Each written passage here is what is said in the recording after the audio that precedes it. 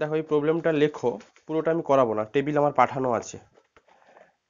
লেখো solve the LPP by big M method. Solve the LPP by big M method. Max Z equal to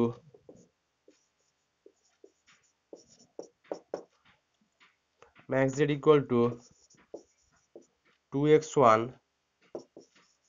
minus x2 plus 5x3.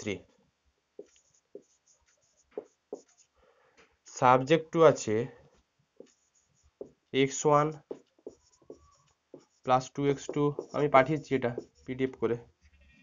বলো বলো বলো, লেখাগুলো দেখা যাচ্ছে না নাকি? হ্যাঁ,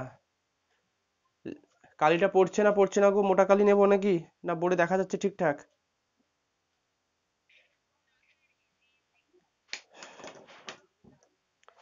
না পেনটা নতুন তো, আচ্ছা দেখো। লেখো সাবজেক্ট টু ইকুয়াল টু এটা, তারপরে আছে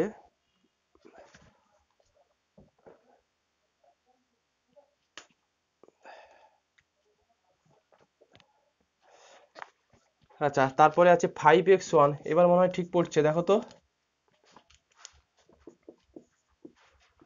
এবার ঠিক আছে না হেজি লাগছে শর্মিষ্ঠা?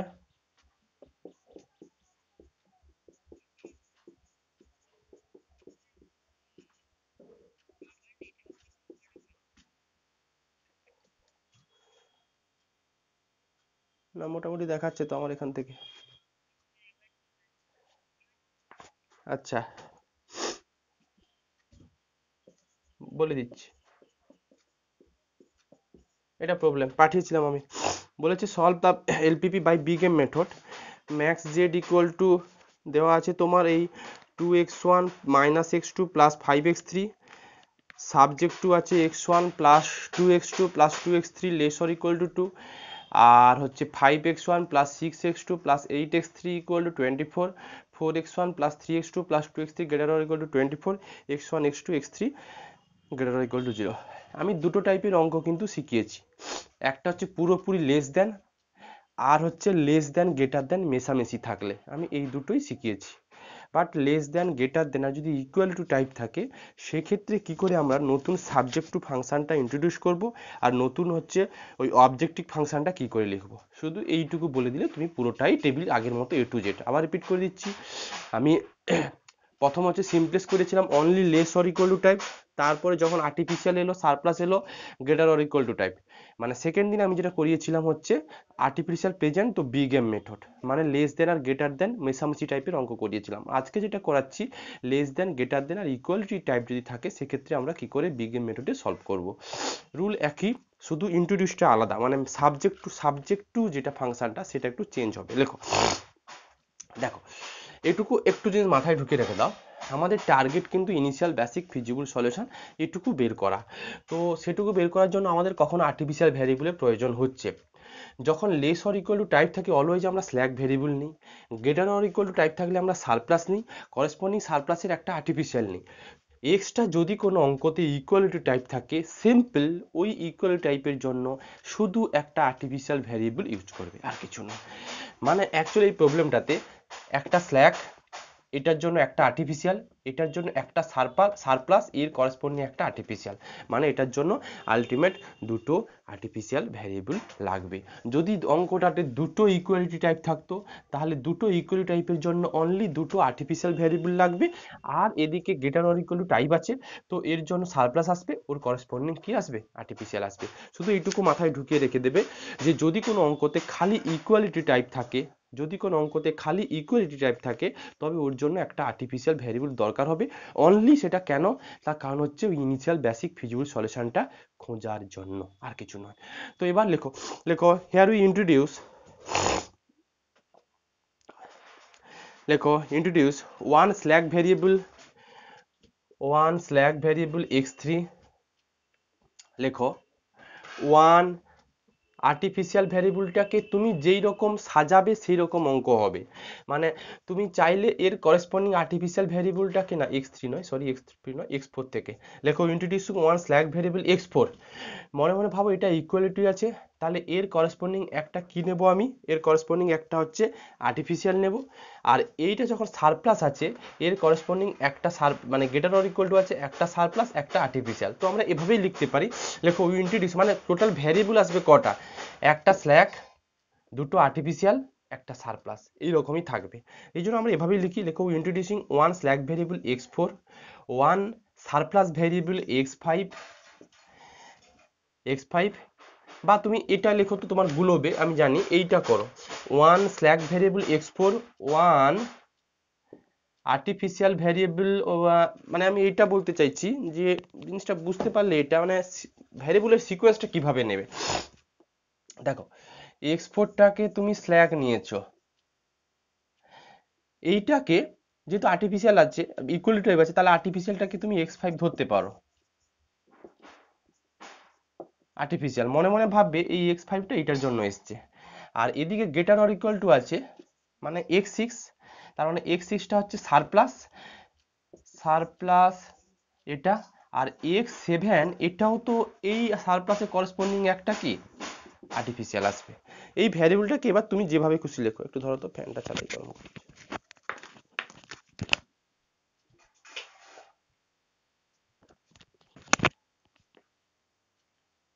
দেখো তাহলে বলো,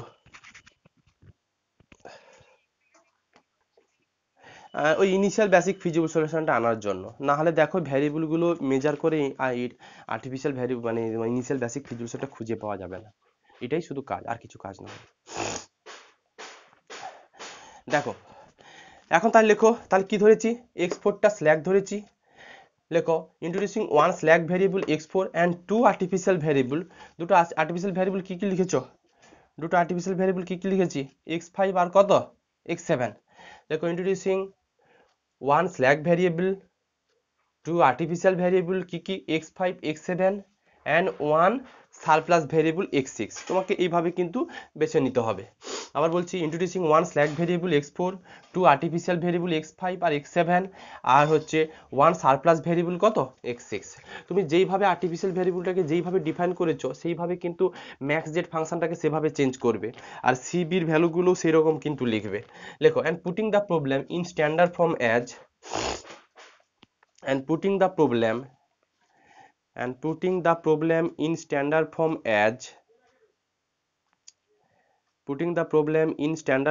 as কি করবে দেখো, আমি কি শিখিয়েছি এটা ম্যাক্স অফ জেড ড্যাশ করে দাও। এটা হচ্ছে চেঞ্জ কি হবে দেখো, পুরো এগুলোকে ঠিক রাখতে বলেছি, 2x1 -x2 plus 5x3। Only আমি কোন কোএফিসিয়েন্টগুলোকে -n দিয়ে বলেছি, আর্টিফিশিয়ালের সময়। তো আমি x4টাকে স্ল্যাগ ধরেছি মানে 0 ইন্টু কত x4। আর্টিফিশিয়াল কোনটাকে ধরেছি x5 মানে -m ইন্টু কত x5। সারপ্লাসের কোএফিসিয়েন্ট বলেছি 0, তার মানে 0 ইন্টু x6। আবার আর্টিফিশিয়াল আছে -m ইন্টু কত x7। এটুকু যেভাবে তুমি ডিফাইন করবে সেভাবেই করবে। আমি যেহেতু এবার ভ্যারিয়েবলগুলোকে কেউ এদিক ওদিক করতে পারে, কেউ x4টাকে স্ল্যাগ বললো আর x5টাকে সারপ্লাস বললো আর x6 আর x7টাকে আর্টিফিশিয়াল বললো, তো সেই মতো তার এখানে কিন্তু চেঞ্জনেসটা তার সেই রকমই আসবে। এটা ম্যাক্স জেড গেল। এখন আমি সাবজেক্ট টু ফাংশন এটা বুঝলাম, আমি ম্যাক্স জেড এটা গেল। সাবজেক্ট টুটা দেখো কিভাবে সাজাবে, সাবজেক্ট টুটা কিভাবে সাজাবে মনে মনে ভাবছি, এইটা less or equal two type আছে মানে এর স্ল্যাক কত x4। এবার স্ল্যাকের কোএফিসিয়েন্ট কি আছে 5 নয় x1 plus 2x2 plus 2x3। স্ল্যাকের coefficient কত বলেছি, প্লাস না মাইনাস বলেছি, প্লাস। তার মানে এটা দাঁড়াবে কত plus of x4 slack x4 নিয়েছি, প্লাস বাকিগুলো সব কি থাকবে 0 ইন্টু x5। হ্যাঁ কোথায় x4টা, হ্যাঁ আর্টিফিশিয়াল এটার উপর কেন ইফেক্ট পড়বে। আর আর্টিফিশিয়াল কার উপর ইফেক্ট ফেলায়? গ্রেটার অর ইকুয়াল টু তো ইফেক্ট ফেলায় শুধু। দেখো 0 of x5 plus 0 of x6 plus, আমাকে একটু ভ্যারিয়েবল গুলো বলবে, ঠিক আছে, আমি পাশাপাশি লিখছি। Plus 0 of x5 plus 0 of x6 plus 0 of x7 equal to কত? 2।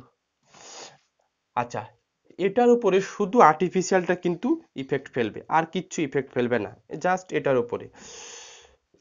ইকুয়াল টু মনে মনে ভাববে যে x4টা এর জন্য, x4 এর জন্য, x5 টাকে কি ধরেছিলাম বলো? x5 টাকে আর্টিফিশিয়াল ধরেছিলাম আর x7 টাকে আর্টিফিশিয়াল ধরেছিলাম। তাহলে এই x5 টা মনে মনে ভাবে এইটার উপরে, এইটার উপরে ইফেক্ট ফেলবে। 5x1 plus 6x2 plus 8x3 plus 0 of x4 plus x5 plus 0 of x6 plus 0 of x7 equal to টাইপের উপরে শুধু আর্টিফিশিয়াল ভ্যারিয়েবলটা ইফেক্ট পড়বে। মনে মনে থিঙ্ক করবে এইটা গেট ইকুয়াল টু টাইপ আছে, এইটার জন্যই আমি আর্টিফিশিয়াল ভ্যারিয়েবলটা x5 ধরেছি, আর এই গেটার অর ইকুয়াল টুর জন্য সারপ্লাস ধরেছি x6। না, এখানে ইফেক্ট পড়বে না, দুটো ইফেক্ট পড়বে না এক জায়গাতে। আমি যে এই কথাটা মনে মনে বললাম, এটুকু মাথায় রাখো।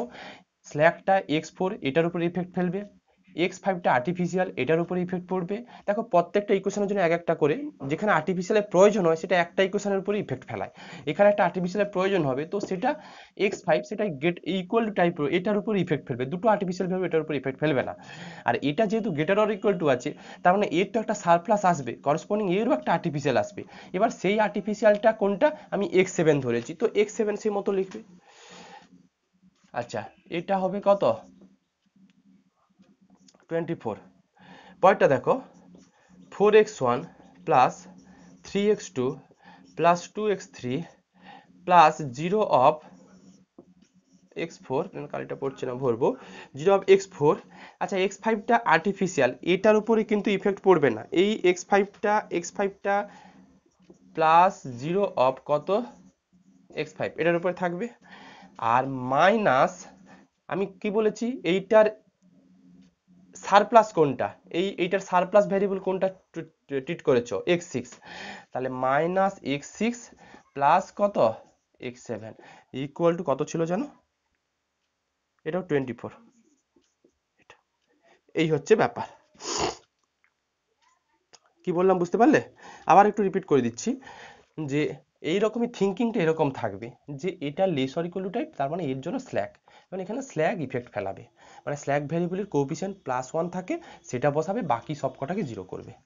তাই করেছি।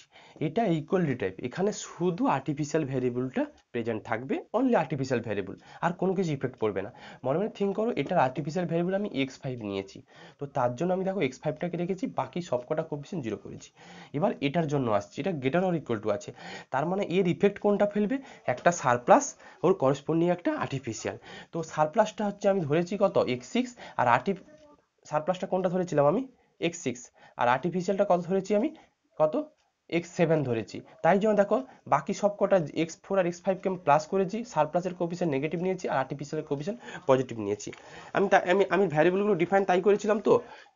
দেখো তো সুন্দরতা, x4টা হচ্ছে স্ল্যাগ নিয়েছিলাম, x5 আর x7টা আর্টিফিশিয়াল ছিল, তাই ধরা ছিল তো আমার? হ্যাঁ, তাই ধরা ছিল। ব্যাস, এই, হ্যাঁ, এবার আর কিছু নেই। এরপর হচ্ছে এইটুকু একটু লিখবে, xi greater or equal to 0 for all I equal to 1 2 3 4 5 6 7। আর আমার কিছু কাজ নেই, আমি শুধু ফার্স্ট টেবিলটা একটু করে দেবো, ফার্স্ট টেবিল করে দেওয়ার পর বাকিটুকু আমার করে দেওয়া আছে বইতে। আমরা হচ্ছে বইতে ওরা কি করেছে, ওরা না x6 আর x7টাকে আর্টিফিশিয়াল করেছে, তো করেছে সেই মতো তার রেজাল্ট আসবে, টেবিল আসবে। আমি এরকম টেবিল বানিয়েছি, আমার টেবিলে যেরকম ক্যালকুলেশন আছে তুমি সেরকম ক্যালকুলেশন করবে। দাঁড়াও, পেনে কালিটা ভরি, তুমি টেবিলটা বানাও, ফার্স্ট টেবিলটা বানাও, বানিয়ে আমি হচ্ছে এতে চলে যাব। আচ্ছা আচ্ছা, হ্যাঁ, নিশ্চয়ই নিশ্চয়ই নিশ্চয়ই। বেসিক ফিজিক্যাল সলিউশন গুলো করেসপন্ডিং কোন ভ্যালু গুলো হয় বলো? কোনগুলো হয়? কিচ্ছু দরকার নেই, x4 ইকুয়াল টু 2 করে দাও, x5 ইকুয়াল টু 24 করে দাও, আর হচ্ছে x7 ইকুয়াল টু 20। বলো বলো। হ্যাঁ হ্যাঁ হ্যাঁ হ্যাঁ হ্যাঁ, কটা আছে? হ্যাঁ x3 x6 কটা ভ্যারিয়েবল আছে? 7খানা ভ্যারিয়েবল আছে। কখানা ইকুয়েশন আছে? 3টে। তার মানে 4টা। সবসময় মাথায় রাখবে যেগুলো বেসিক ভ্যারিয়েবল, ওই বেসিক ভ্যারিয়েবলের করেসপন্ডিং যে ভ্যালুগুলো ওইগুলোই তো ইনিশিয়াল বেসিক ফিজিবল সলিউশন দেয়। আমাদের বেসিক ভ্যারিয়েবল কোনগুলো? x4 x4 x5 আর কত x7, মানে স্ল্যাক আর কি আর্টিফিশিয়াল। এই জন্য আমি চোখ বুঝে, এই জন্য আমি এত কিছু না থিঙ্কিং করে আমি বলে দিলাম ওই দেখো x4 এর ভ্যালুটা হচ্ছে 2, x5 এর ভ্যালুটা 24 আর x7 এর ভ্যালুটা 24। লেখো here the initial basic feasible solution is,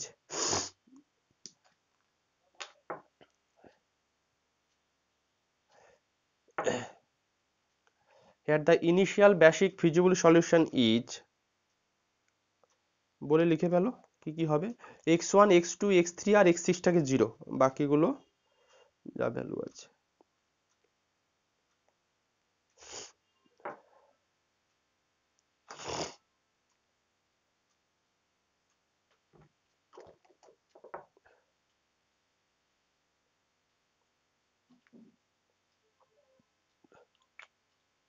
হ্যাঁ, টেবিলটা বানাও, টেবিলটা বানিয়ে আমি ছেড়ে দেবো। তুমি পরে আমি এতে যাবো, পারবে তুমি টেবিল বানানো।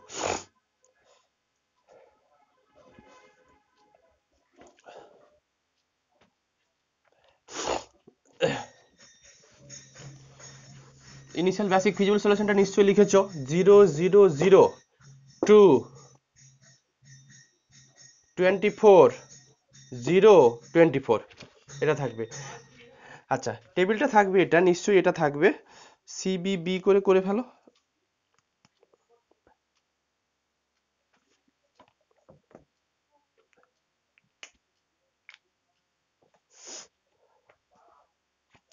সিবিবি, হ্যাঁ 7খানা থাকবে। সিবি একটা থাকবে, বি একটা থাকবে, আর একটা কত থাকবে, এক্স বি একটা থাকবে। আর ওদিকে বি, A1 A2, বি থাকবে A1 A2 A3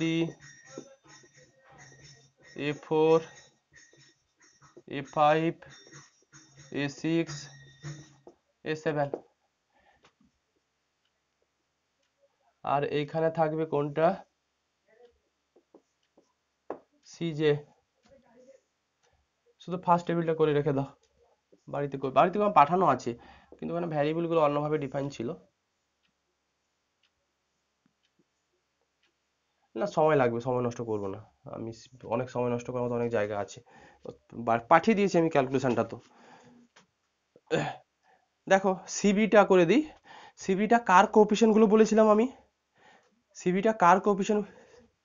জেড স্টারের বেসিক ভ্যারিয়েবল গুলো, বেসিক ভ্যারিয়েবল কি কি করা ছিল আমার?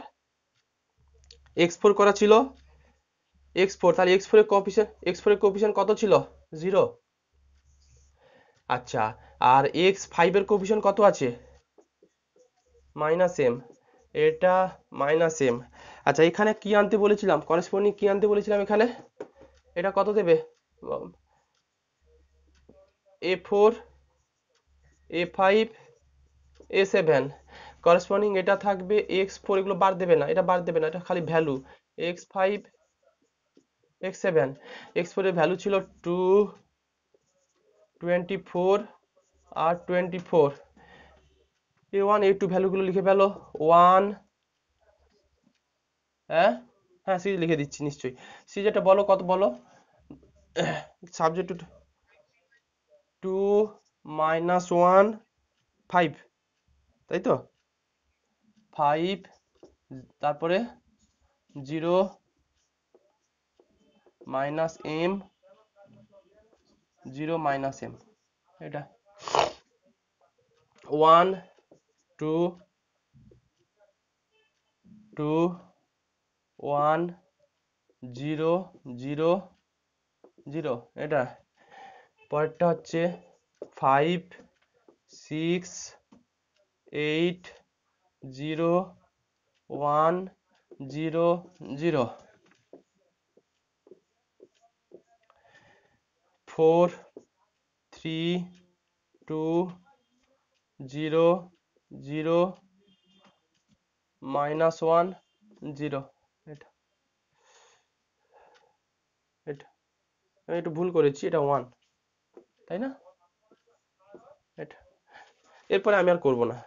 দেখো সবসময় আমি বলেছি বেসিক ভেক্টরগুলোর করেসপন্ডিং যে ম্যাট্রিক্সটুকু পাবে সেটা আইডেন্টিটি ম্যাট্রিক্স আসবে। দেখো আমার A4টা বেসিক ভেক্টর ছিল, এইটা, আর A5 ছিল এটা, আর এটা। দেখো তিনটে মিলে 1 0 0 0 1 0 0 0 কত 1, আইডেন্টিটি ম্যাট্রিক্স আসবেই। ব্যাস, এরপরে কাজটুকু আমি আর করে দেবো না, বাড়িতে করবে, শিখে ফেলেছো তো। এই হচ্ছে ব্যাপার। আচ্ছা, আজকে আমি যাব টু ফেজ মেথড। বলো বলো বলো। হুম। হ্যাঁ। হুম। বলো বলো, কন্টিনিউ করো। আরেকবার বলো, কি বলতে চাইছো? হুম। ওই হ্যাঁ, হয়ে গেল। না, যে ওইটাই আমাদের যে স্টেটমেন্টটা ছিল, যেইখানে Z J minus C J, যেই টেবিলে জেড জে মাইনাস সি জের value greater or equal to zero হয়ে যাবে, ওই স্টেজটাই অপটিমাল টেবিল। এবার কথা হচ্ছে অপটিমাল টেবিল পেলে যে তুমি হচ্ছে সলিউশন পাবে এমনটা নয়। যদি যদি অপটিমাল টেবিলে, মানে যেখানে যেই টেবিলে Z J minus C J greater or equal to zero হয়ে যাচ্ছে, যদি ওই টেবিলে কোনো আর্টিফিশিয়াল ভ্যারিয়েবল প্রেজেন্ট থাকে, আর সেই আর্টিফিশিয়াল ভ্যারিয়েবলের ভ্যালু যদি একটা পজিটিভওয়ালা ভ্যালু থেকে থাকে, তাহলে ওই অবস্থাতে ওই প্রবলেমের কি কোনো সলিউশন থাকবে না। এবার এইটাই হচ্ছে সামারি। এবার তুমি এবার কিটা জানতে চাইছো বলো? যে জেড জে, এটা তো প্রুফই আছে, Z J minus C J greater or equal to zero হলে ওই স্টেপটাকে আমরা বলছি ম্যাক্সিমাইজেশনের প্রবলেমের ক্ষেত্রে। কোনো ম্যাক্সিমাইজেশন প্রবলেমের ক্ষেত্রে যেই স্টেপ টেবিলে Z J minus C J greater or equal to zero আসবে, ওটাই হচ্ছে অপটিমাল টেবিল। মানে ওখান থেকেই সলিউশনগুলো পাবো, মানে এরপর আমাকে এলপিপিতে আর এগোতে হবে না। বলো এবার কি বলছো বলো।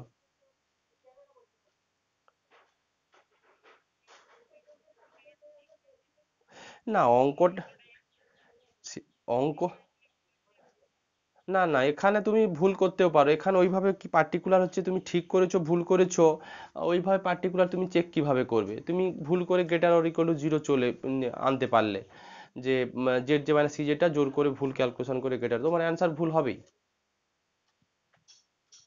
কি বললাম বুঝলে?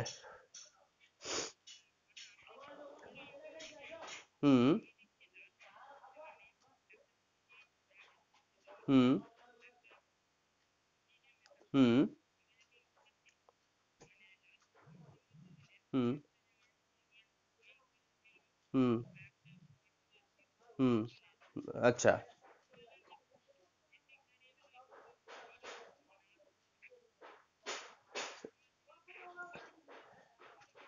বেসিক ভ্যারিয়েবল গুলো আসবে অবশ্যই, আর হচ্ছে তোমার যেগুলো হচ্ছে আর্টিফিশিয়াল ভ্যারিয়েবল গুলো আসবে না অঙ্কতে। কিন্তু দেখবে যে অপটিমাল টেবিলের মধ্যে, বলো। না না না না না না, ওইভাবে পার্টিকুলার সে একটা দুটো অঙ্কতে আসতে পারে, ওই রকম কিছু নয়। বাট এটুকু বলে দিই, আর্টিফিশিয়াল ভ্যারিয়েবল গুলো যে এলেই যে অ্যান্সার হবে না এটুকু নয়, আর্টিফিশিয়াল ভ্যারিয়েবলও আসতে পারে। বাট অঙ্কের মধ্যে দেখবে যেগুলো তোমার, যে ভ্যারিয়েবল গুলো অরিজিনাল দেওয়া ছিল, যে ভ্যারিয়েবল গুলো অরিজিনাল দেওয়া ছিল সেগুলোর মধ্যে কোনো কিছু ভ্যারিয়েবল প্রেজেন্ট থাকবেই সব সময়, যে কোনো ভ্যারিয়েবল প্রেজেন্ট থাকবেই। কি বললাম বুঝতে পারলে? না না না না না না না। আচ্ছা, এই এবার আমি যেটা করাবো সেটা হচ্ছে টু ফেজ মেথড। পরীক্ষাতে দেয়। বলো।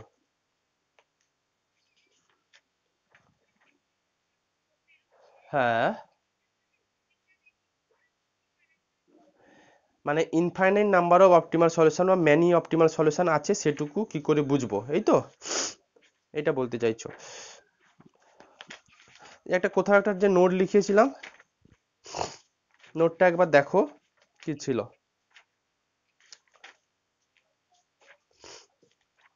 নোটটা এরকম ছিল বের করো, কোথাও একটা ছিল যে আমি হেডিং করেছিলাম অল্টারনেটিভ অপটিমাল সলিউশন বা ইনফাইনাইটলি ম্যানি অপটিমাল সলিউশন, এরকম করে একটা আমি লিখেছিলাম কোথাও, ছিল if at the optimal stage of the simplest algorithm Z J minus C J equal to zero for some non basic vector A I with Y I J greater or equal to zero, মানে এরকম একটা ব্যাপার। ধরো এইটার ক্ষেত্রেই বলি,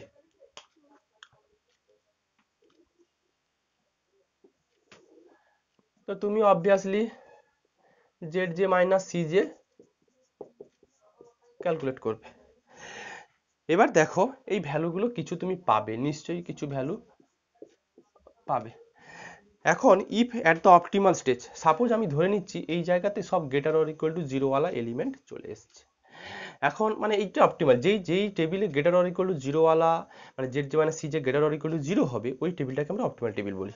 তো আমরা কি করে বুঝবো যে এটার মোর দেন ওয়ান অপটিমাল সলিউশন? সেটার জন্য বলেছে যে জেড যে মানে সি যে equal to zero for some non basic vector A I.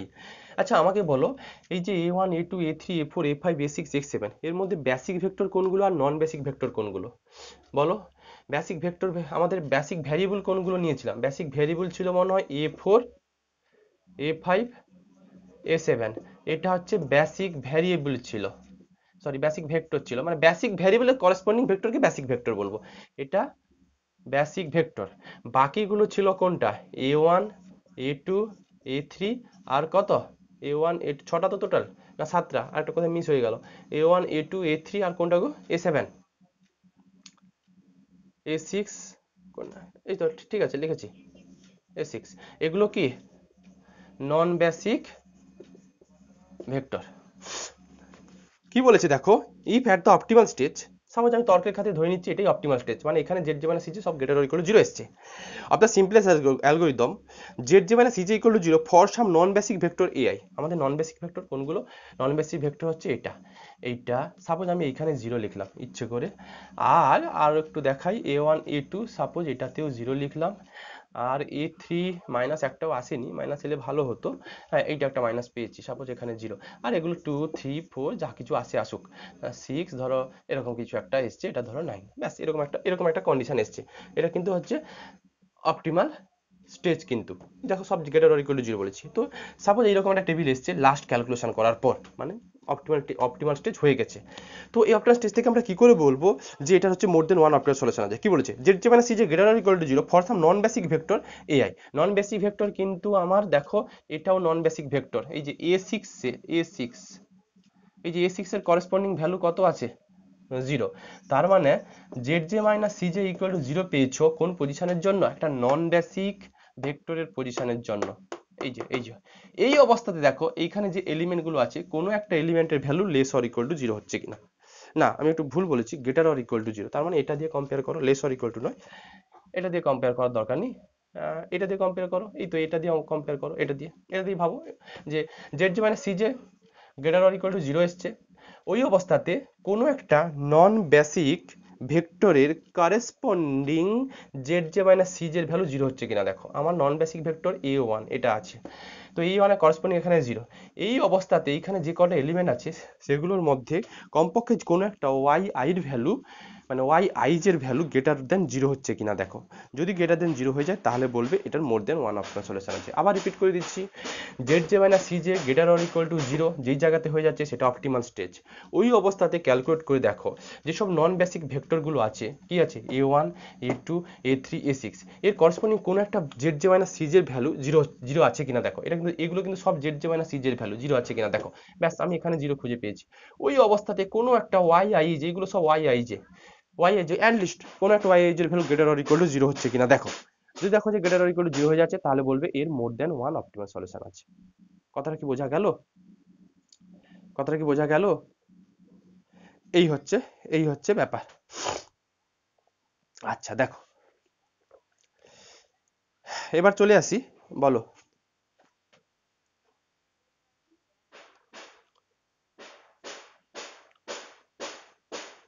হ্যাঁ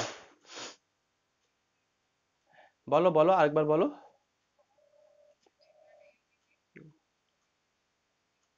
হ্যাঁ অপটিমাল সলিউশন গুলো বেসিক ফিজিবল সলিউশন হয়, সেটা অপটিমাল স্টেজে। বলো বলো। হুম হুম হুম হুম হুম হুম হ্যাঁ হ্যাঁ হ্যাঁ হ্যাঁ, যেইটাই হচ্ছে তোমার অপটিমাল সলিউশনটাকে ইন্ডিকেট করবে। ওটা ইনিশিয়াল বেসিক ফিজিবল সলিউশন। আর ওই যেটা তুমি পাচ্ছো সেটা কিন্তু অরিজিনাল প্রবলেমের একটা বেসিক ফিজিবল সলিউশন। এগুলো তো ইনিশিয়াল বেসিক ফিজিবল সলিউশন এদিক ওদিক চেঞ্জ করে করেছো তুমি, ভ্যারিয়েবল ইউজ করেছো, এটা করেছো ওটা করেছো, করেই তো তুমি পেয়েছো। কি বললাম বুঝতে পারলে?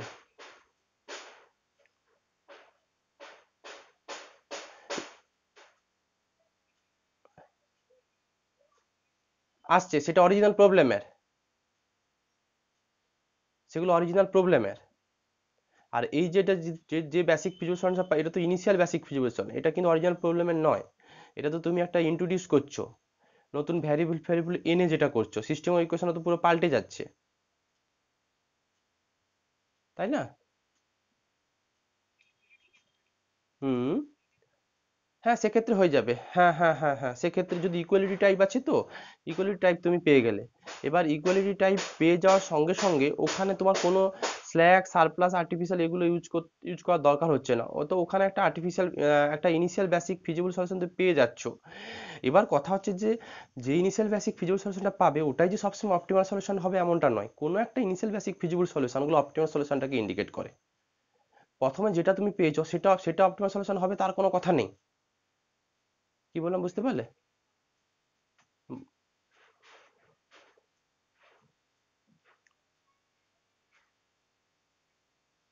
হুম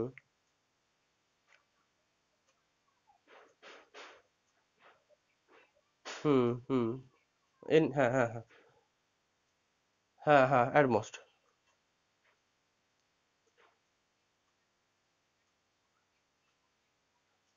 না, ওর থেকে বেশি হবে না, ওর থেকে বেশি হবে না, নিশ্চয়ই হবে না। আচ্ছা এবার চলে আসি টু ফেজ মেথড, ভালো করে বুঝবে।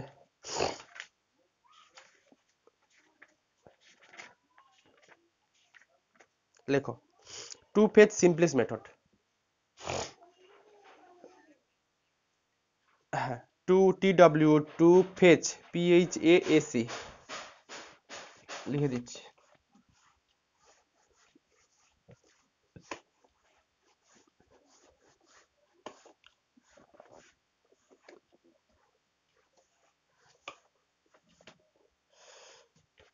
লেখো টু ফেজ TWO,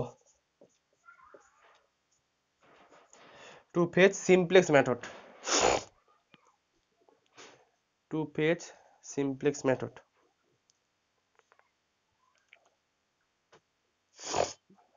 লেখো লেখো টু ফেজ সিমপ্লেক্স মেথড।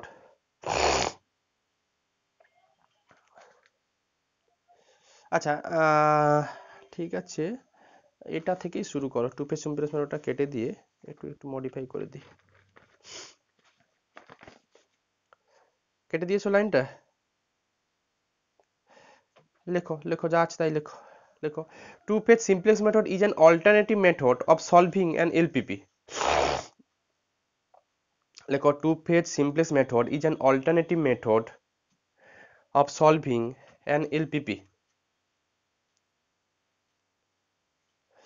ফুল স্টপ দিয়ে লেখো ইট ইজ অ্যান অ্যালগোরিদম। লেখো it is an algorithm that solves LPP in two phase. লেখো it is an algorithm that solve LPP in two phase, in two phase. লেখো where, এক নম্বরে লেখো হোয়ার দিয়ে এক নম্বরে লেখো in phase one, in phase one we solve an auxiliary LPP. In phase 1 we solve an auxiliary AUXILIARY auxiliary LPP to get auxiliary LPP to get either a feasible basic, either a feasible basic or লেখো or conclude that the LPP has no feasible solution. আবার বলছি, in phase 1 we solve an auxiliary LPP to get either a feasible basis or conclude that the LPP has no feasible solution. বুঝিয়ে দেবো আমি আস্তে আস্তে। 2 তে লেখো, এটা 1 নম্বরে। 2 তে লেখো in phase 2 we solve, লেখো in phase 2 we solve LPP, লেখো starting from the feasible basis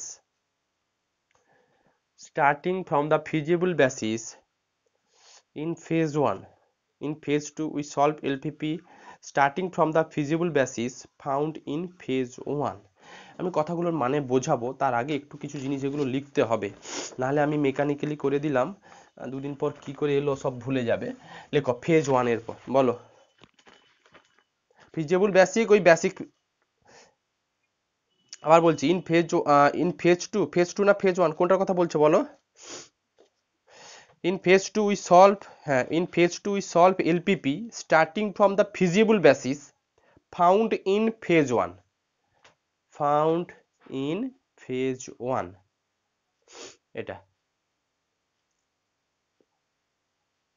দেখো, লেখো ফেজ 1 পরীক্ষাতে তোমাকে কিন্তু একটা প্রবলেম না বিগ এমএও সলভ করা যায়, একটা ফেজ 1এও সলভ করা যায়।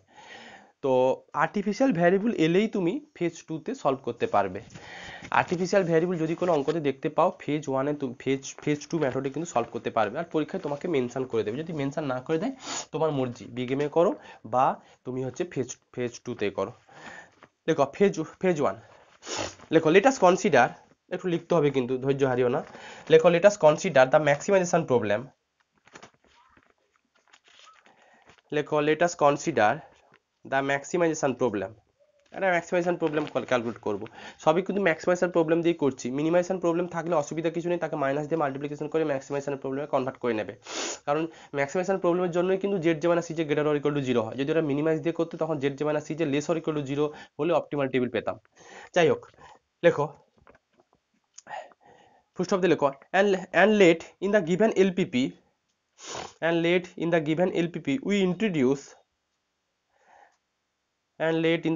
LPP we introduce at least one artificial variable. মানে এটুকু বললাম যে অঙ্কটা ম্যাক্সিমাইজেশন প্রবলেম নিলাম, আর প্রবলেমে কমপক্ষে একটা আর্টিফিশিয়াল ভ্যারিয়েবল কিন্তু আমরা নিলাম। মানে তার মানে বুঝতেই পারছো ইকুয়েশনের মধ্যে greater or equal two type থাকবে অথবা শুধু ইকুয়াল টু টাইপ থাকবে, কারণ না হলে কিন্তু আর্টিফিশিয়াল ভ্যারিয়েবল আসে না। and let in the given LPP we introduce at least one artificial variable. আমি ইন্ট্রোডিউস করলাম কোনো একটা আর্টিফিশিয়াল ভ্যারিয়েবল প্রেজেন্ট থাকবে, সেটা আমি দেখো আমি তো অঙ্ক নিচ্ছি না, জাস্ট একটা বলছি যে এরকম কনস্ট্রাক্ট হবে, তবে আমি হচ্ছে বিগ টু ফেজ মেথডটা অ্যাপ্লাই করতে পারবো। ফুল স্টপ দিয়ে লেখো ইন ফেজ 1 মেথড, লেখো in phase 1 method at first আমি কিন্তু এটা আজকে যত সময় লাগে করাবো, 11:30 বাজবে। লেখো অ্যাট ফার্স্ট ফর্মুলেট, আচ্ছা আবার বলছি in phase 1 method at first we formulate a new objective function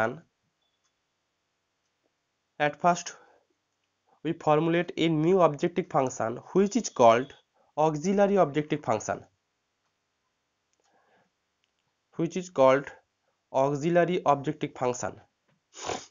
full stop দিয়ে লেখো the auxiliary objective function constructed as follows. The auxiliary objective function constructed as follows. Objective function কোনটা? যে max Z fax Z যেগুলো থাকে ওইগুলোকে আমরা objective function বলি। As follows বলে কিভাবে লেখো, প্যারা চেঞ্জ করে লেখো all given variable কমা দিয়ে লেখো slack variable and surplus variable takes the coefficient 0 but artificial variable takes the coefficient হ্যাঁ, all give all given variable মানে অঙ্কের মধ্যে যেসব ভ্যারিয়েবল গুলো ছিল, all given variable কমা দিয়ে and slack variable কমা দিয়ে surplus variable takes the coefficient 0 but artificial variable takes the coefficient -1। মানে এইটুকু বলতে চাইলাম, তুমি অঙ্কতে দেখলে যে যা প্রবলেম ছিল, সাপোজ একটা এক্সাম্পল নিয়ে নিচ্ছি এখন, লেখো একটা এক্সাম্পল লেখো let max z equal to, suppose এটা আছে 3x1 plus 2x2, লেখো and let we introduce one slack variable x3 and let we introduce one slack variable x3 and one surplus variable x4 and one artificial, বলো আমি নিইনি, আমি late কথা লিখছি, আমি পুরো ইকুয়েশনটা তুলছি না। কি কথাটা বললাম বুঝলে? কারণ আমার এইটার উপরে শুধু ইফেক্ট ফেলায়, আর বাকিগুলো সব একই ফরম্যাটেই থাকে। অবজেক্টিভ ফাংশন লিখছি না, জাস্ট হচ্ছে ওই তোমার সাবজেক্টিভ ফাংশন লিখছি না, আমি অবজেক্টিভ ফাংশনটা দিই বলছি, লেট বলে নিলাম। সাপোজ এরকম ভ্যারিয়েবলগুলো প্রেজেন্ট এলো, লেখো and let we introduce one slack variable x3 and one surplus variable and one artificial variable x5, লেখো then the auxiliary objective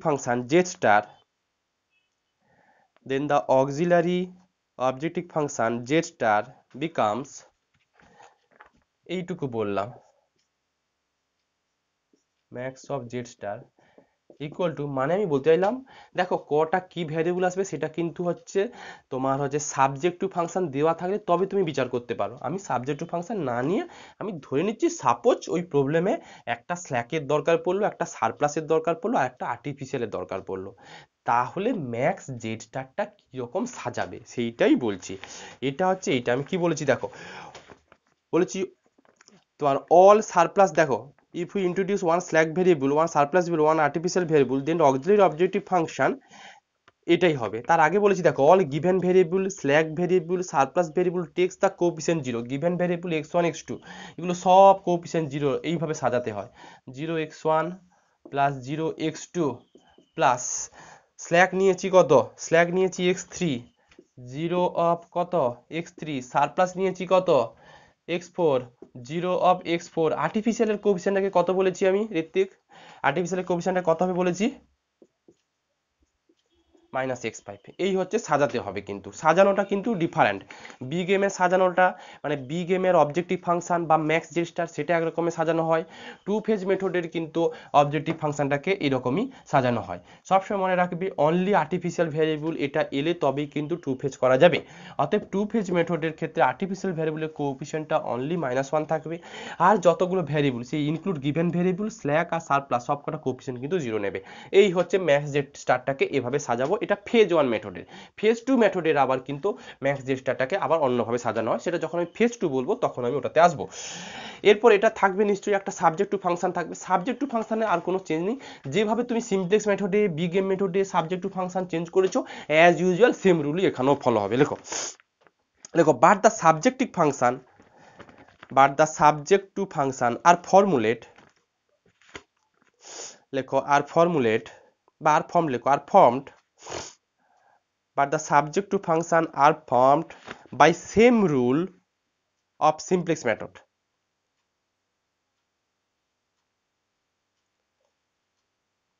অঙ্ক তো করাবো আমি, তখন আরো ক্লিয়ার হয়ে যাবে ব্যাপারগুলো। দেখো but the subject to function are formed by the same rule of simplex method, মানে বলতে চাইলাম ওই দুটো একটা স্ল্যাক পেয়েছো, একটা সারপ্লাস পেয়েছো, একটা আর্টিফিশিয়াল ভেরিয়েবল পেয়েছো, কিভাবে সাবজেক্ট টু ফাংশনকে সাজাতে হয় সেটা অলরেডি তোমার শেখা আছে, ওই শেখানো জিনিসটা এখানেও সেই একই রকম প্রসেসেই চলবে। লেখো চেঞ্জ করে লেখো with the help of max Z star and subject to function, আমি শুধু সাবজেক্ট টু ফাংশনটাকে অমিট করে গেছি, কারণ subject to function as usual একই রুলেই হয় বলে আমি আর সাবজেক্ট টু ফাংশনটা দেখাইনি, শুধু ম্যাক্স জেড স্টারটা চেঞ্জ হয়ে বলে সেটাই আমি দেখিয়েছি। তাহলে আমার হাতে ভিজিবল করো যে সাপোজ ম্যাক্স জেড স্টার আছে আর সাবজেক্ট টু ফাংশন আছে, তো এটার হেল্প নিয়ে তুমি একটা সেট টেবিল বানাতে পারবে। লেখো with the help of max j star and subject to function we construct a simplex table। with the help of max j star and subject to function we construct a simplex table। প্যারা change করে লেখো। Just একটা simplest table কিন্তু বানাবো, কারণ এর পরে কিন্তু আমাদের একটা সাবজেক্ট ফাংশন আছে যেটা আমি স্কিপ করে গেছি, কারণ প্রবলেম নিলে আমাকে তখন করাতেই হবে। প্যারা চেঞ্জ করে লেখো ইন ফেজ ওয়ান মেথড,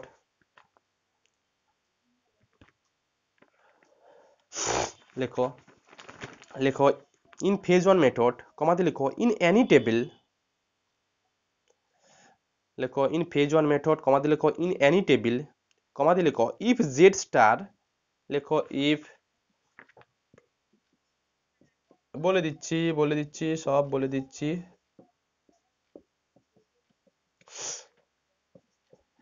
লেখো ইন ফেজ ওয়ান মেথড কমাতে লেখো ইন এনি টেবিল, যে কোনো টেবিলের মধ্যে, কমাতে লেখো if Z star minus C J star greater or equal to zero, greater or equal to zero, কমাতে লেখো for this situation, for this situation, for this situation, লেখো ম্যাক্স জেড স্টার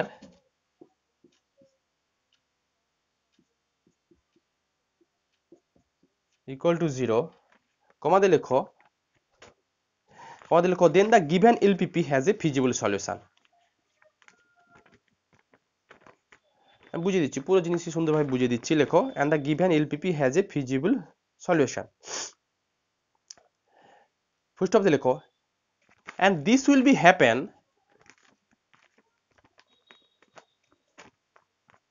লেখো and this will be happen if all the artificial vector may disappear,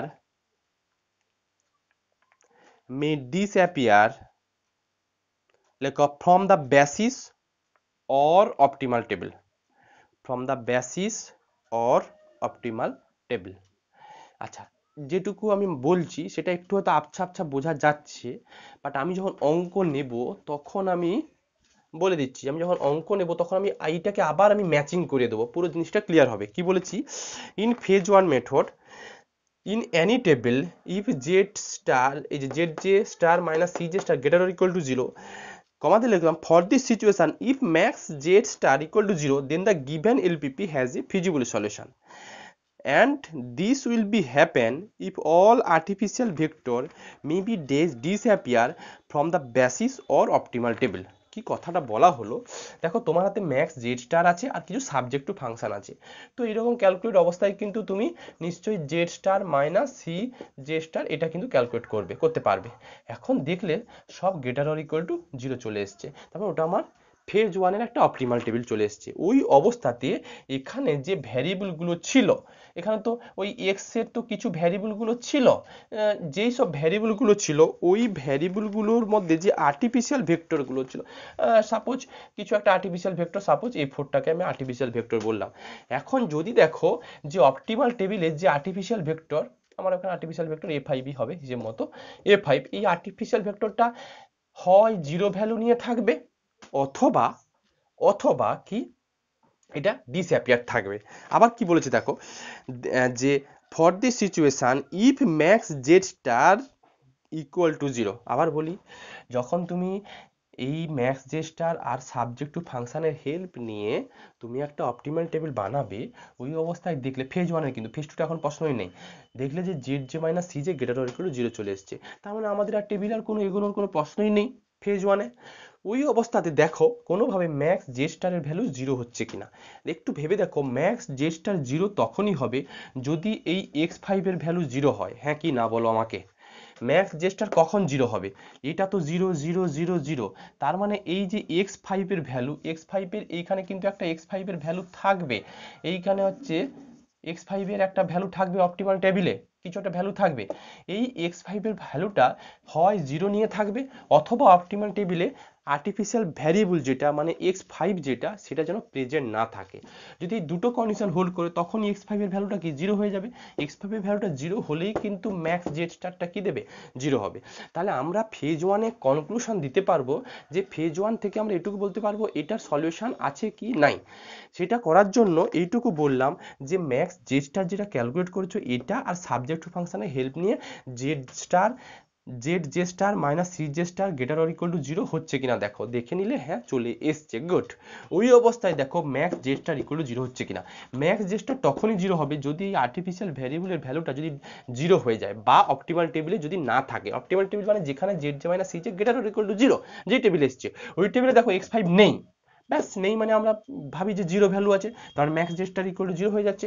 অথবা x5 present আছে but ওটা 0 নিয়ে value আছে, তাহলেও কি দেবে ম্যাক্স জে স্টার 0, ব্যাস তাহলে আমরা কিন্তু ফেজ 2 তে যেতে পারবো, মানে আমাদের একটা অপটিমাল সলিউশন আছে এরকম একটা ইন্ডিকেট করবে। এই যে বলেছি then the given LPP has a feasible solution and this will be happen if all the artificial vectors may disappear from the basis or optimal table. বলো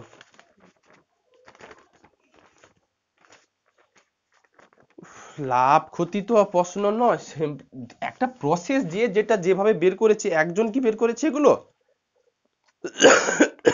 এগুলো কি একজন বের করেছে? সেসব প্রশ্ন আমাকে আর করো না, কারণ যে বি গেম করেছে সে তো আর টু ফেজ করেনি, একই অ্যান্সার আসবে একইভাবে, সিলেবাসে আছে, পড়তে হবে। লেখো, প্যাচ চেঞ্জ করে লেখো, প্যাচ চেঞ্জ করে লেখো otherwise one or more artificial vectors. এই যে ডিসঅ্যাপিয়ার মানে থাকবে না, ডিসঅ্যাপিয়ার মানে হচ্ছে অপটিমাল টেবিলে যে x5টা থাকবে না, আর যদি থাকে সেটা 0 লেভেলে থাকবে, সেটা পরের লাইনে বলা আছে। Otherwise one or more artificial vectors, otherwise one or more artificial vectors appears in the basis at 0 level. Otherwise one or more artificial vectors appear in the basis at the 0 level. Full stop দিয়ে লেখো, that is the value of artificial variable, that is the value of artificial variable are 0 in optimal table. অঙ্ক নিলে পুরো clear হবে। লেখো otherwise, আচ্ছা কি বললাম, হ্যাঁ হ্যাঁ বলে দিচ্ছি, otherwise one or more artificial vectors appear in the basis at 0 level, that is the value of the artificial variable are 0 in optimal table. প্যারা চেঞ্জ করে লেখো, for this case we go to phase 2, for this case we go to phase 2। তাহলে phase 2 তে কখন যাব? Phase 2 তে তখনই যাব ফেজ 1 এ যদি দেখো Z J minus C J greater or equal to 0 চলে এসছে, ওই অবস্থায় ম্যাক্স জে স্টারটা ইকুয়াল টু 0 ভ্যালু দিয়েছে, দেন আমরা হচ্ছে ফেজ 2 তে যাব। ম্যাক্স জে স্টার 0 কখন আসবে? যদি এই x5 এর ভ্যালুটা 0 হয়। এটাই এইটুকু পর্যন্ত বলা হলো। এখন কোনো প্রবলেমে দেখলে যে J star minus C J star less দেন 0 চলে এসছে, লেখো প্যারা চেঞ্জ করে লেখো, ইফ ম্যাক্স জে স্টার,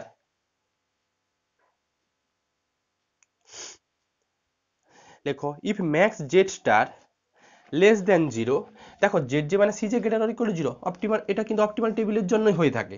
এই অবস্থায় ম্যাক্স জেড স্টারের ভ্যালু ক্যালকুলেট করবো, যদি 0 চলে আসে দেন ফেজ 2 তে যাব, যদি লেস দেন 0 আসে লেখো, লেখো if max J star less then 0 full stop দিয়ে লেখো, in this case one or, লেখো in this case one or more artificial variable, in this case one or more artificial variable appears in the, লেখো in this case one or more artificial variable appears in the final basis at positive level।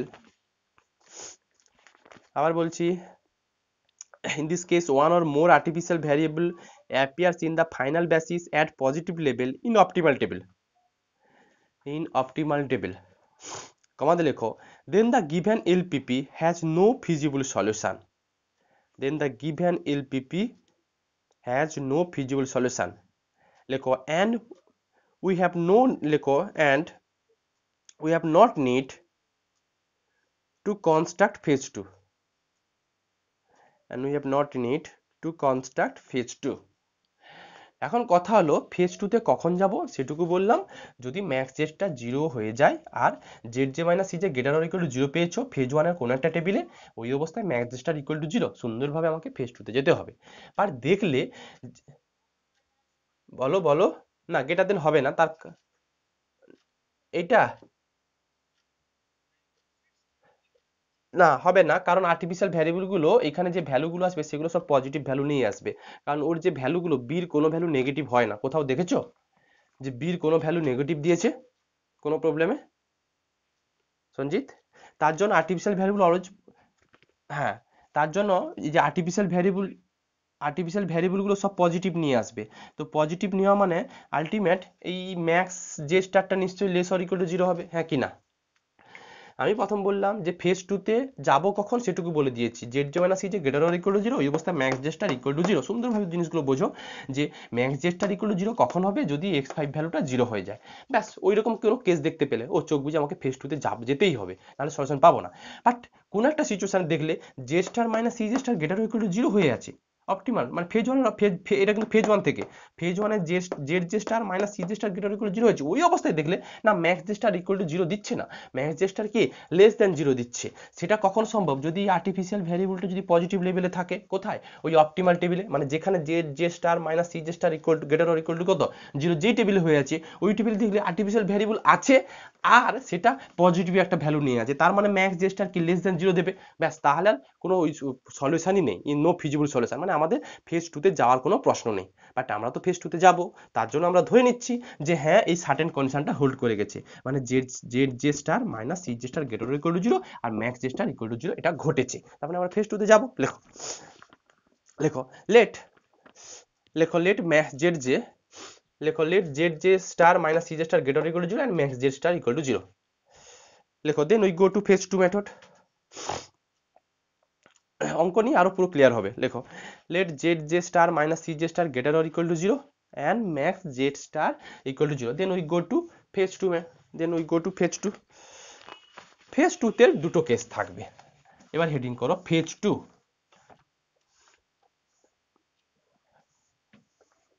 Phase 2,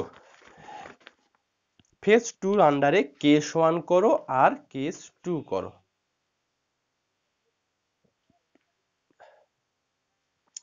phase 2 এর আন্ডারে case 1 করো আর case 2 করো। লেখো phase 2 তে কখন যাব, আমি বলেছি max J star equal two কিন্তু 0 হলে। লেখো লেট কেস 1 এর মধ্যে কিন্তু max Z star equal to 0 and and no artificial variable are not present in optimal table in phase 1, max z star equal to 0 and no artificial variable are not present in optimal table। আমি প্রথম থেকেই বলেছি max z star equal to 0 হবে দুটো উপায়ে, একটা হচ্ছে artificial variable optimal টেবিলে না থাকতে পারে, আর যদি থাকে সেটা জিরো ভ্যালু নিয়ে যদি থাকে সেটাও সম্ভব। তো আমি কেস 1 এর এই দুটোকেই হোল্ড করাবো। লেখো late max z star equal to 0 and no artificial variable are not present in optimal table in phase 1। লেখো কমাতে লেখো, লেখো then the first table of phase 2 are constructed, then the first table of phase 2 are constructed as follows, then the first table of phase 2 are constructed as follows। প্যারা change করে লেখো at first we consider the new objective function। আমাকে আবার phase 2 এর জন্য একটা নতুন objective function সেটা আমাকে কিন্তু কনসিডার করতে হবে। লেখো প্যারা চেঞ্জ করে লেখো the new objective function, লেখো the new objective function is the objective function of the original problem, the new objective function is the objective function of the original problem। Full stop দিয়ে লেখো, লেখো that is all the coefficient of, that is all the coefficient of slack surplus artificial variable are 0, that is all the coefficient of, লেখো that is all the coefficient of, আবার বলি কোথায় ছিলাম যেন, হ্যাঁ that is all the coefficient of slack surplus and artificial variable are 0। Full stop দিয়ে লেখো, ফুল stop দিয়ে লেখো if artificial variable are not present in optimal table, আবার বলছি লেখো if artificial variable are not present in optimal table in phase 1, then we have no need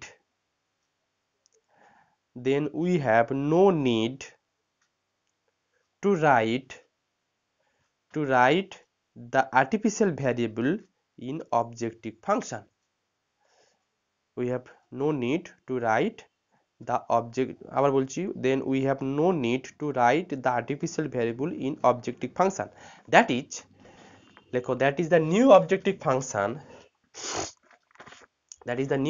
function একটু max z ও দিতে পারো অথবা max z dash ও দিতে পারো এটা সমান 3x1 প্লাস 2x2 দেখো ফেজ 2 আবার কিন্তু আলাদা টেবিল হবে 3x1 plus 2x2 plus 0 of x3 plus 0 of x4 কি কথাটা বলা হলো যে ফেজ 2 তে যাওয়ার সময় আমি যে কেসটা ধরেছি সেখানে আমি ধরে নিচ্ছি যে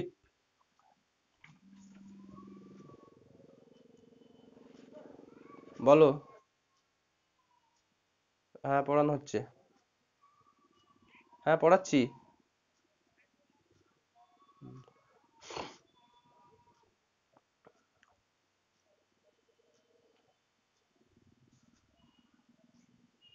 হ্যাঁ দেখো দেখো দেখো কি বলতে চাইলাম যে আমি ধরে নিচ্ছি যে ফেজ 2 মেথডে যাওয়ার সময় max J star equal to 0 হয়ে আছে আর ফেজ 1 এর অপটিমাল টেবিলে কোনো আর্টিফিশিয়াল ভ্যারিয়েবল নেই এই কেস কিন্তু আমি ঘটাচ্ছি তো ওই অবস্থাতে যেটা বলা হলো সেটা হচ্ছে নতুন যে ফেজ 2 টেবিল কনস্ট্রাক্ট করার জন্য একটা ওই অবজেক্টিভ ফাংশন লাগবে সেটা কি অরিজিনাল প্রবলেমে যেটা ম্যাক্স জেড ছিল চোখ বুঝে ওটাই বসিয়ে দাও অরিজিনাল প্রবলেম ম্যাক্স জেড কত ছিল 3x1 প্লাস 2x2 বাট আমাদের অঙ্ক করতে গিয়ে আরো কিছু ভ্যারিয়েবল গুলো দরকার পড়েছে সেগুলো x3 x4 আর x5 ছিল সেগুলো সবই 0 0 কোএফিসিয়েন্ট গুলো 0 লেখো আরো একটা ছিল সেটা ছিল 0 অফ x5 বাট এটা আমি লিখিনি তার কারণ লিখবো না তখনই যদি ফেজ 1 এর অপটিমাল টেবিলে আর্টিফিশিয়াল ভ্যারিয়েবল না থাকে তখনই আমি এইটা লিখব না আর যদি আর কেস 2 তে যখন যাব কেস 2 তে কিন্তু এটাই লিখব যে ফেজ 1 এর অপটিমাল টেবিলে আর্টিফিশিয়াল ভ্যারিয়েবল 0 অবস্থায় আছে তখন এইখানে আমি আর্টিফিশিয়াল ভ্যারিয়েবলটা একটু ঢোকাবো আমি অঙ্ক নিই আরো ক্লিয়ার হবে পুরো এইটুকু বললাম যে ম্যাক্স জে স্টারটা যখন ক্যালকুলেট করবে ফেজ 2 তখন অরিজিনাল প্রবলেমের যে ম্যাক্স সেটাই হবে আর এই ভ্যারিয়েবলগুলো দিয়েছি কারণ কনস্ট্রাক্ট করতে গেলে এই ভ্যারিয়েবলগুলো লাগবে এইটাকে কখন অমিট করে যাব আর্টিফিশিয়াল ভ্যারিয়েবলটাকে এটা কখন অমিট করে যাব যদি দেখো যে ফেজ 1 এ যখন তুমি অপটিমাল টেবিল পেয়েছিলে ওখানে আর্টিফিশিয়াল ভ্যারিয়েবল নেই ওটাই তো কেস 1 এ বলেছি দেখো max J star equal to 0 and no artificial variable are not present in optimal table যদি এই কেসটা হয়ে যায় তাহলে এখানে 0 অফ x5 লেখার দরকার নেই যদি থাকে 0 লেভেল অবস্থা থাকে তখন এটা লিখবো যেটা কেস 2 তে আমি বোঝাবো লেখো আচ্ছা এই ম্যাক্স জে স্টার পেলে এরপর লেখো প্যারা চেঞ্জ করে লেখো ম্যাক্স জে স্টার পেয়ে গেলে এবার ম্যাক্স জে স্টার পেয়ে গেলে তোমার মাথা থেকে ঘুরছে সাবজেক্ট টু কি হবে আবার কি নতুন করে সাবজেক্ট টু সাজাবো না নতুন করে আর সাবজেক্ট টু সাজাতে হবে না ওই ফেজ 1 এর সাবজেক্ট টু গুলোকে কপি পেস্ট করে দেবো লেখো লেখো we have no need to write the artificial variable in objective function that is max হ্যাঁ লেখো প্যারা চেঞ্জ করে লেখো the first table in phase 2 লেখো the first table in phase 2 is almost identical লেখো is almost identical with the last table of phase 1 the first table in phase 2 is almost identical with the last table of phase 1 কমা দিয়ে লেখো the only difference being in the index row that is z এটা z ও লেখা যায় max z ও লিখতে পারো কারণ এই max z dash যা আর অরিজিনালে ম্যাক্স 0 তাই ছিল তো আমি এটাই লিখি না হয় z স্টার z ড্যাশ এটা ইনডেক্স রো বলি লেখো the only difference being the index row that is z dash j minus cj dash and the value of cb লেখো and the value of cb লেখো where cb is the cost element where cb মানে এইটার এই যে cb যেটা আমরা লিখি where cb is the cost element of the new objective function where cb is the cost element of the new objective function with respect to phase 2 method কমাতে লেখো corresponding to the variable in X B, লেখো corresponding to the variable in xb of the last table in phase 1 and corresponding to the variable, এভাবে লেখো তো, and the values of xb, ছেড়ে দাও, এটা এভাবে লেখো and the values of xb,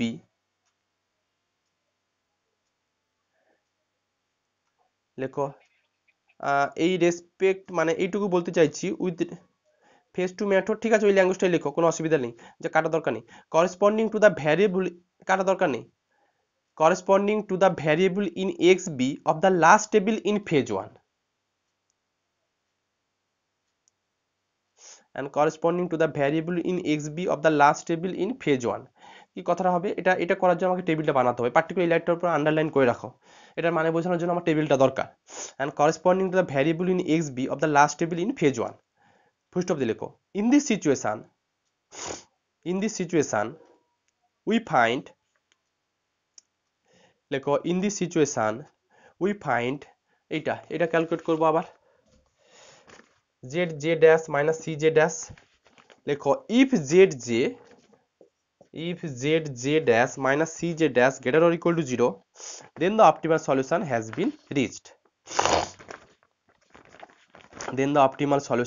been reached, এটুকু কি বললাম যে আমাদের ফেজ 2 ক্যালকুলেট করার জন্য ফেজ 2 যে টেবিল আসবে তার ম্যাক্স জেডটা এটা, তো এটার করেসপন্ডিং সিবিটা তুমি লিখে ফেলতে পারবে। তো আমাদের কি কি দরকার থাকে, সিবি দরকার থাকে, এক্সবি দরকার থাকে, আর বি দরকার থাকে, এইসব ভ্যালুগুলো তো আমাদের দরকার থাকে। তো সিবি গুলো নিশ্চয়ই এখান থেকে তুমি পেয়ে যাবে, এক্সবি গুলো কি করে পাবে আর বি গুলো কি করে পাবে সেগুলো টেবিলে আমি বলে দেবো, এই এক্সবি কোনগুলো আসবে আর তার ভ্যালুগুলো কি করে আসবে সেগুলো আমি একটু পরে আসবো। আপাতত আমি এইটাকেই আন্ডারলাইন করে বলতে বললাম যে ওই corresponding to the variable in xb of the last table in phase 1, এটার মানে আমি টেবিল থেকে বোঝাবো। এবার বললাম তো এরকম একটা টেবিল ফেবিল পেয়ে গেলে জেড যে মানে সি যে ক্যালকুলেট করলে দেখলে গ্রেটার অর ইকুয়াল টু 0 চলে এসেছে, তার মানে optimal solution has been reached, লেখো then the optimal solution has been reached। এবার অপটিমাল সলিউশন পেয়ে গেলে ওইখানে যেসব ভ্যারিয়েবল গুলো আছে প্রেজেন্ট তার করসপন্ডিং বির ভ্যালুগুলো ওইগুলোই সলিউশন, এই হচ্ছে ব্যাপার। এরপর কেস 2টা একটু বোঝো, তারপর আমি অঙ্ক করাবো, পুরোটা ব্যাপারটা তখন আরো ক্লিয়ার হবে। লেখো কেস 2তে লেখো let max z star,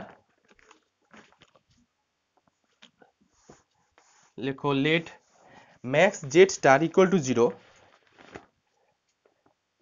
and one or more artificial variable are present, let max z star equal to 0 and one or more artificial variable are present in optimal table in phase 1, one or more artificial variable are present in optimal table in phase 1 with 0 value,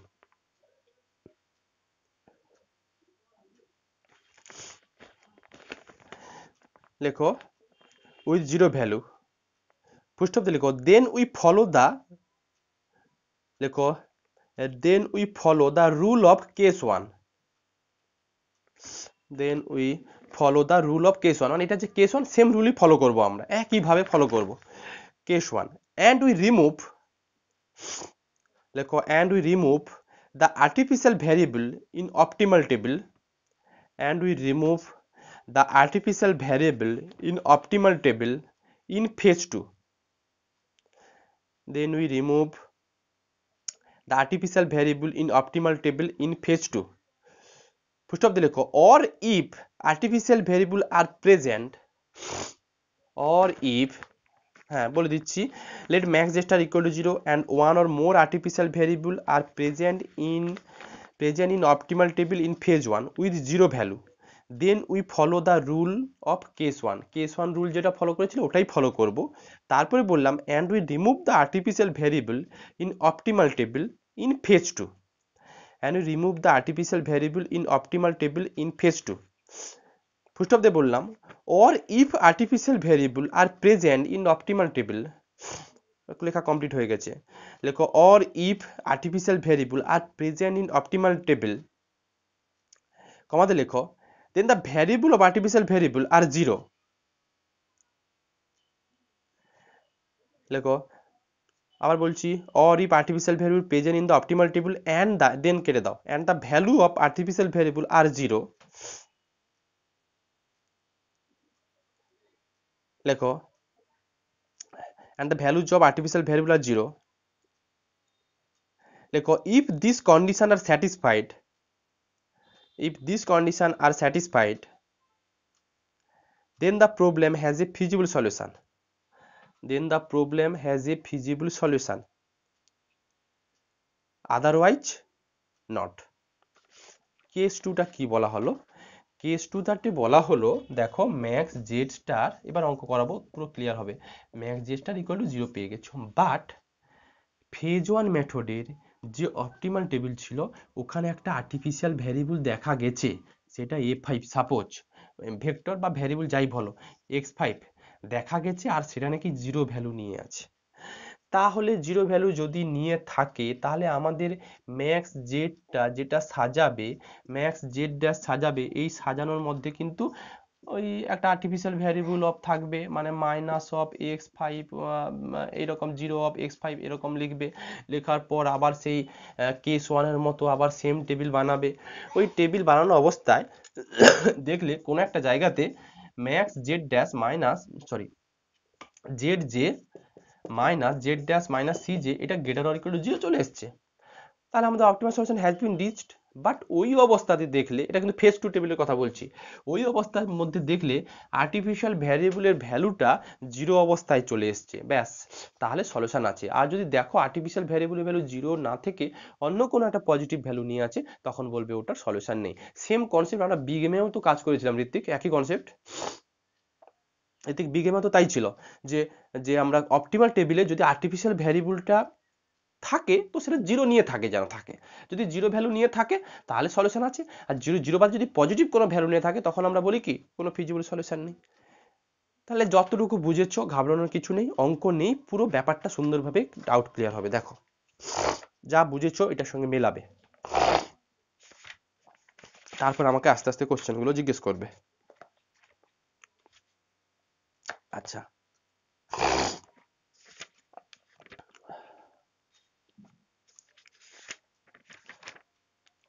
একটু বড় table হবে, হোক, তাতে অসুবিধা নেই, 4টে table হবে। লেখো using two phase method, using two phase method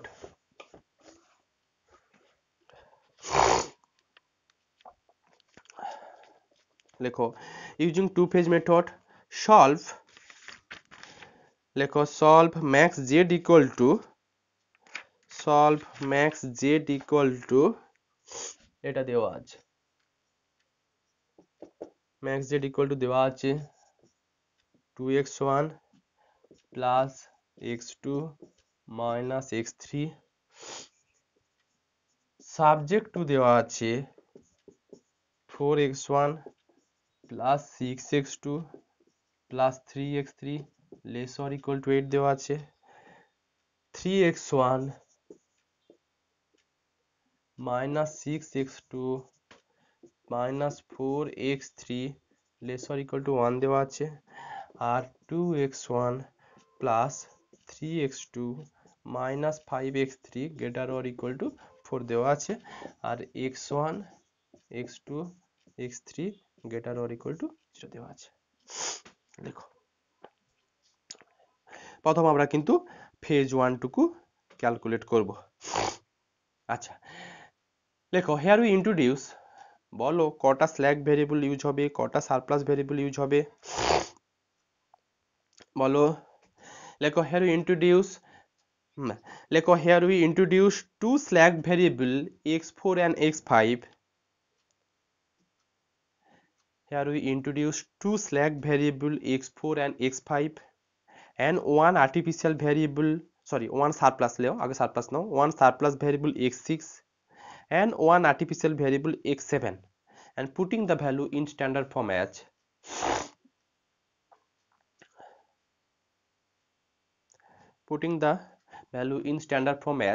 আমি ম্যাক্স যে স্টারটা একটু পরে লিখবো, সাবজেক্ট টুটা লিখে ফেলি আগে।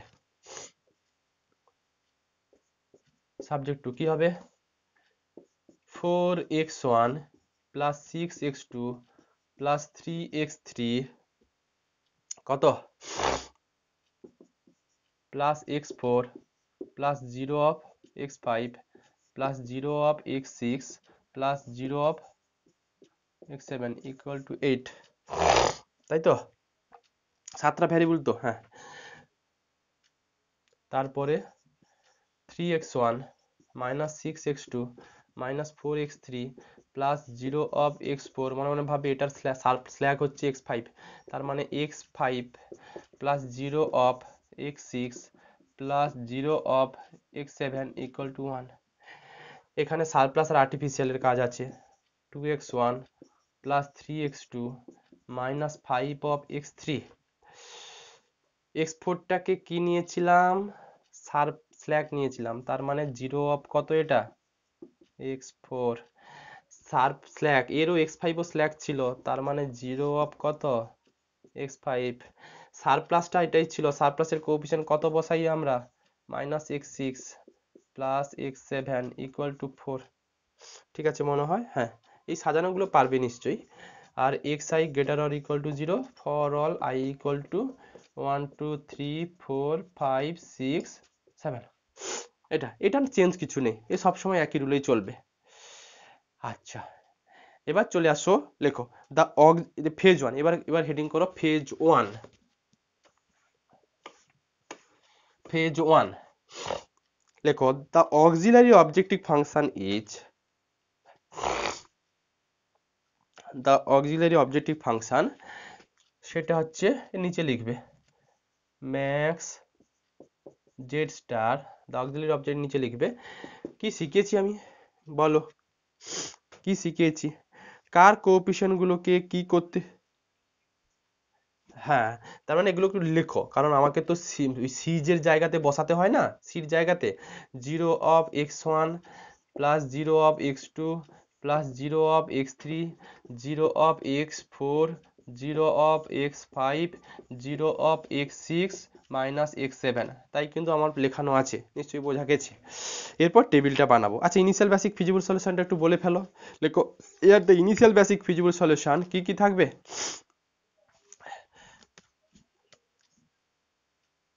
বলো, হ্যাঁ লেখো here the initial basic feasible solution, হ্যাঁ তাহলে বলো 0, আমি লিখে দিচ্ছি 0 0 0, মনে হয় এটা থাকবে 8 1 0 4, দেখো তো এটা কিনা, তাই তো, হ্যাঁ। স্ল্যাক ছিল x4 আর x5 আর আর্টিফিশিয়াল ছিল x7, তার জন্য লিখেছি করসপন্ডিং ভ্যালুগুলো। আচ্ছা, এবার ফেজ 1 এর টেবিলটা বানাও।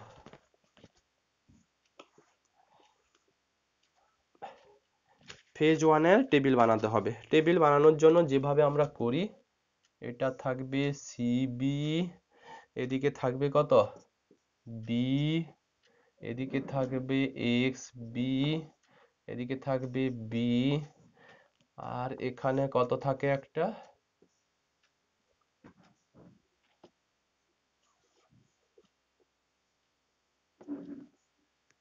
সি থাকে, সি জে থাকে, তাই তো। সি জে না দিয়ে এখানে সি স্টার দিয়ে দাও, কারণ এটা জেড স্টার আছে বলে। আচ্ছা, A1 A2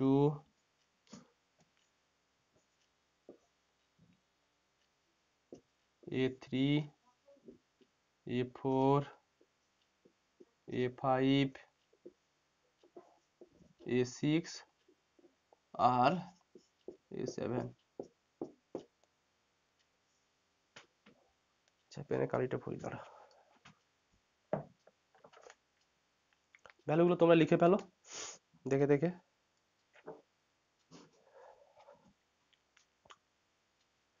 তোমাদের ইন্টারনাল অ্যাসাইনমেন্ট করে দিয়ে সোজা করেছে, না পরীক্ষা হলে ভালো হতো, কোনটা?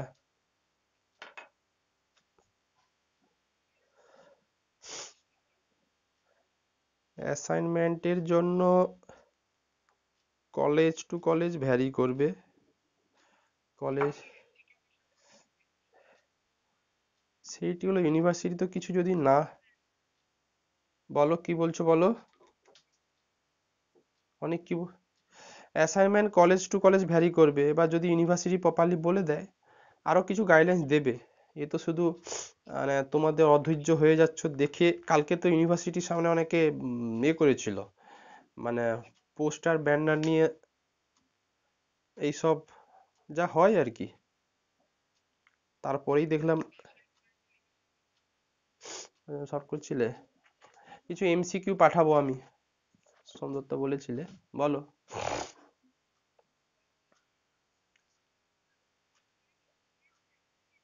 হ্যাঁ, না ফিফথ সেম স্টপ করব না, আমি ফোর্থ সেমের ক্লাস দেবো, একটা করে সপ্তাহে দেবো। আমার তো শুধু আমি এটা পড়াবো, রিজিডটা পড়াবো, অ্যাপ্লাইডটা পড়াবো।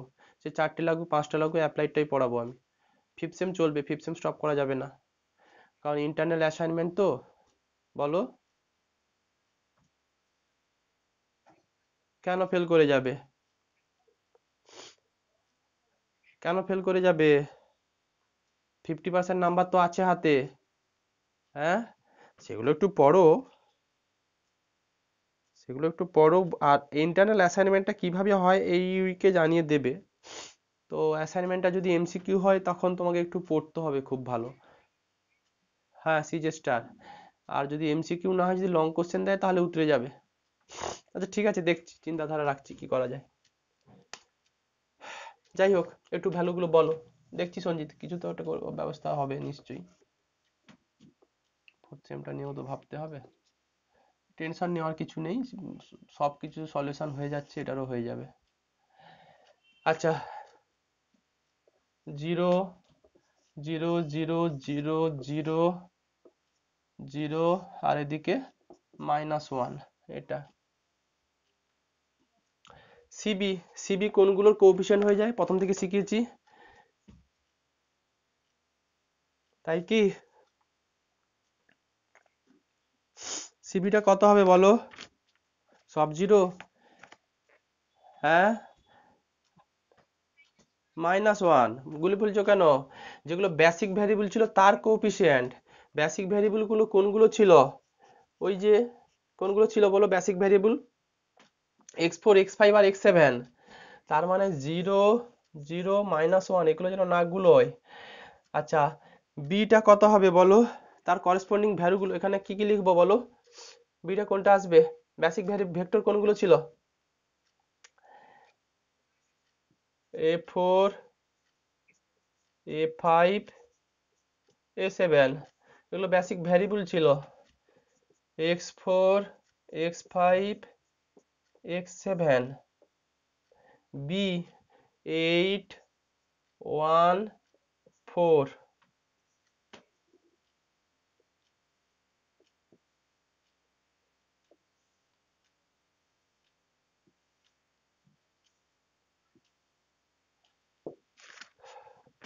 ভ্যালুগুলো 4 6 3 1 0 0 0। তারপরে 3 -6 3 -6 -4 0 1 0 0। 2 3 -5 0 0 -1 1, এটা। আচ্ছা, আমি সময় নষ্ট করব না, আমাকে যেটা বোঝানোর সেটা বোঝাতে হবে। যে ক্যালকুলেশন গুলো আছে সেগুলো আমি বসিয়ে দিচ্ছি। নিশ্চয়ই Z J star minus C J star.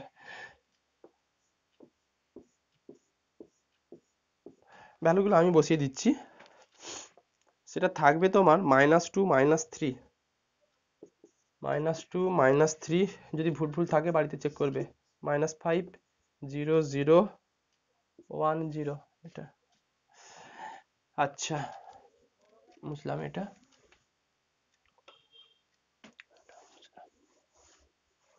দেখো, মোস্ট নেগেটিভ হচ্ছে এটা। আচ্ছা, ডিপার্টিং, এটা এন্টারিং ভেক্টর হয়ে যাবে a2। আর হচ্ছে ডিপার্টিং কোনটা হবে? 8/6 মিনিমাম না 4/3 মিনিমাম? কোনটার জন্য মিনিমাম দিচ্ছে? 8/6 না 4/3, কোনটার জন্য মিনিমাম দেবে? হ্যাঁ, দুটোই 7। আচ্ছা, যে কোনো একটা নিয়ে করবে। আমি এটাকেই নিলাম, বইতে যেটা আছে ওটাই নিলাম, ক্যালকুলেশন একটু সহজ হবে, আমি বসাতে সুবিধা হবে, যেটা খুশি নাও। তো এইটা হচ্ছে এখানে ডিপার্টিং ভেক্টর থাকবে এটা। তো নেক্সট টেবিলে যেভাবে আমরা এগোই সেভাবে এগোবো।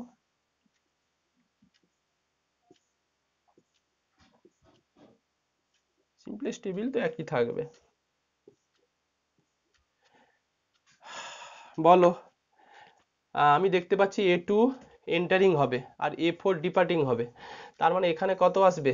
A2 আসবে, আর হচ্ছে, তাই তো, হুম, A5 আসছে, A7 আছে। আচ্ছা, এদিকে থাকবে x2, x5 আর x7। A2 করসপন্ডিং ভ্যালু কত আছে? 0। এই যে A2 করসপন্ডিং ভ্যালু 0, 0, -1। এবার এই ভ্যালুগুলো ক্যালকুলেট করে যেটা আছে সেটা আমি বসিয়ে দিচ্ছি, সময় আমি নষ্ট করব না। আছে যেটা আমি বসাচ্ছি, বাড়িতে তুমি চেক করবে। 4/3, 9, 0, ওই ক্যালকুলেশন আগের মতো, এটা আমার কিছু শেখানোর নেই। এটা থাকবে তোমার 2/3, 7, 0,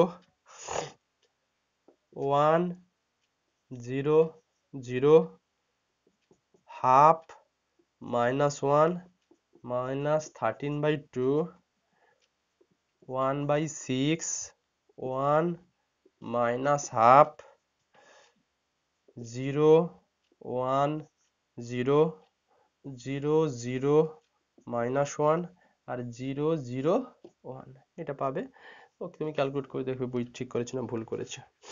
আলটিমেট এখানেও সেই ZJ - CJ,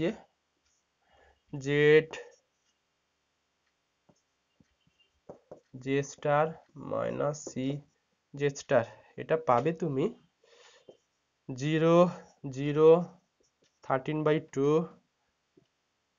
হাফ, 0, 1, 0, এটা পাবে। দেখো